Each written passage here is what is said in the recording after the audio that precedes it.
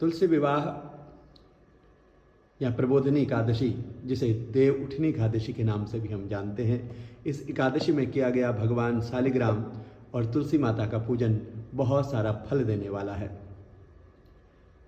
शास्त्र कहते हैं कि जो व्यक्ति तुलसी स्तोत्र का पाठ करते हुए, तुलसी माता को याद करते हुए प्रबोधिनी एकादशी का पूजन करता है, उसके जीवन के सारे ताप और पापों का निवारण होता है।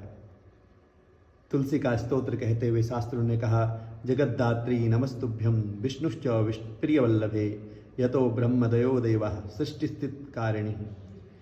नमस्तुलसी कल्याणी नमो विष्णुप्रिये शुभे नमो मोक्षप्रदे देवी नमः संपत्प्रदायिके।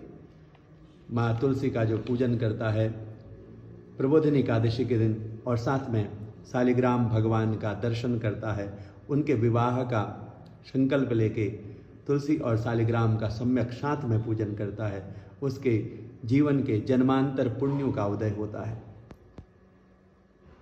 प्रबोधिनी एकादशी के दिन प्रातःकाल उठ के भगवान नारायण के सम्मुख एक घी का दिया प्रज्वलित करें। उसके पश्चात आपके पास जो तुलसी का वृक्ष है, जहाँ आपने तुलसी माता को विराजमान किया है, उनकी जड़ों में सुंदर शीतल जल से उनका अभिषेक करें, उनकी जड़ को सींचें। शास्त्रों ने कहा तुलसी की जड़ों में स्वयं ब्रह्मा जी का निवास है, उनके पत्तों में नारायण का निवास है और उनकी मंजरी में स्वयं आशुतोष महादेव शिव रहते हैं। तो जब हम तुलसी का अभिषेक करते हैं तो इन तीनों देवताओं के पूजन का फल प्राप्त होता है। और प्रबोधिनी एकादशी तो बहुत सारे फल देने वाली एकादशी है। जब आप तुलसी का अभिषेक करते हैं, उन्हें जल से सिंचन करते हैं, तो उन पे चढ़ा हुआ जो जल, उनके पत्तों को स्पर्श करता हुआ जल जब आप इकट्ठा करके उसका पान करते हैं, तो शास्त्रों ने कहा कि जो व्यक्ति तुलसी के पत्तों से गिरे हुए जल को ग्रहण करता है, उसके सारे पापों का नाश हो जाता है, उसकी अकाल मृत्यु का निवास हो जाता है, अकाल मृत्यु का निवारण हो जाता है। अकाल मृत्यु हरणम सर्वव्याधि विनाशनम तुलसी पादोदकम पित्वा शीर्षा धारयाम्यहम्। जो व्यक्ति तुलसी के पत्तों से गिरने वाले जल का पान करता है, उसके पापों का नाश हो जाता है। तो यह प्रबोधिनी एकादशी में आप प्रातःकाल भगवान के सम्मुख, भगवान शालिग्राम के सम्मुख तुलसी के पत्ते जो एक दिन पूर्व आप तोड़ के रखें, क्योंकि प्रबोधिनी एकादशी को तुलसी तोड़ने का निषेध है, और उससे शालिग्राम का श्रृंगार करें, उन्हें तुलसी पत्र अर्पण करें। ओम शालिग्रामाय नमः, ओम विष्णुवे नमः या ओम नारायणाय नमः, इस मंत्र का जाप करते हुए शालिग्राम का पूजन करें।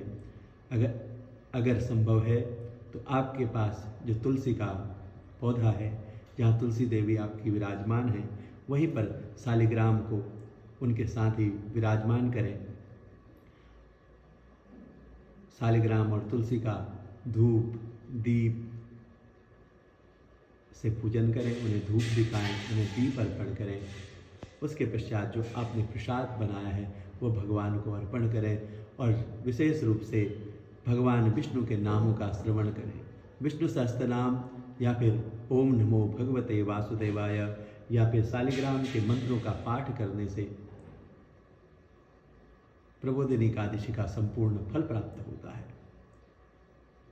वैसे तो यह पूरा कार्तिक मास ही बहुत फल देने वाला है, लेकिन शास्त्रकार कहते हैं जो व्यक्ति प्रबोधिनी एकादशी के दिन तुलसी और शालिग्राम की साथ में पूजा करता है, उसका देव ऋण समाप्त हो जाता है, उसके परिवार में जो देव दोष होता है उसका निवारण हो जाता है। इसलिए प्रबोधिनी एकादशी को निश्चित रूप से अपने घरों में तुलसी माता का पूजन करें और अपने जीवन की दरिद्रता गरीबी इसका निवारण करें। आपके पास अगर शालिग्राम शिला हो तो शालिग्राम शिला का पूजन करें। अगर शालिग्राम न हो आपके पास तो भगवान विष्णु का, भगवान नारायण का कोई भी स्वरूप का पूजन करके शालिग्राम स्वरूप में उनका पूजन करें, क्योंकि विष्णु ही शालिग्राम हैं और शालिग्राम ही विष्णु हैं। कई बार हमारे मन में प्रश्न होता है कि शालिग्राम कौन सा स्वरूप है भगवान का। बड़ी सुंदर सी कथा है इसकी, उस पर कभी विशेष रूप से चर्चा करेंगे।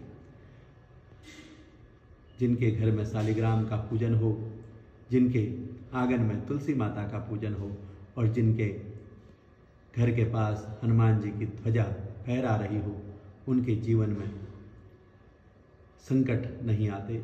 इसलिए संकटों के नाश के लिए प्रबोधिनी एकादशी को निश्चित रूप से तुलसी शालिग्राम का पूजन करें और घर में प्रातःकाल और सायंकाल, सुबह और शाम दोनों समय तुलसी माता का पूजन करते हुए एक घी का दिया उनके पास में स्थापित करें। ख्याल रखें कि उसकी गर्मी की लौ से तुलसी के वृक्ष को, तुलसी के पौधे को क्षति न पहुँचे, नुकसान न पहुँचे, और उनका विधिवत पूजन करें। रात भर ओम नमो भगवते वासुदेवाय का स्मरण करते हुए अगर जागरण कर सकते हैं तो जागरण करें और भगवान की आराधना करें। निश्चित रूप से यह तुलसी पूजन हमारे जीवन के सभी दुखों का निवारण करने वाला होगा। आप सभी को ओम नमो भगवते वासुदेवाय। जय श्री राम।